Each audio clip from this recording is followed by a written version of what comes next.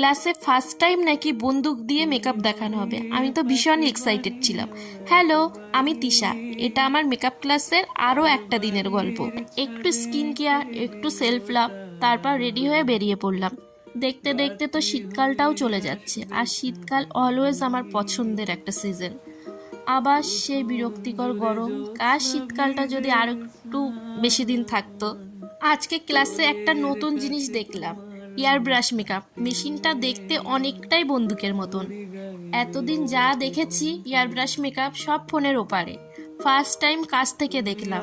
যখন ডেমোটা দেখলাম তখন বুঝলাম এটা কতটা সুন্দর আর কতটা স্মুথ ফিনিশ দেয়।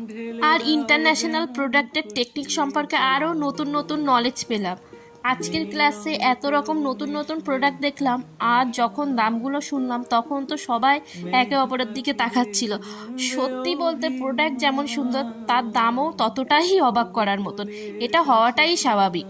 নতুন নতুন ইন্টারন্যাশনাল প্রোডাক্ট সম্পর্কে জানার অভিজ্ঞতা বেশ ইন্টারেস্টিংই লাগলো। আর আজকে শিখে নিলাম আরও একটা অ্যাডভান্স হেয়ার স্টাইল। আর এই ছিল ফাইনাল লুক।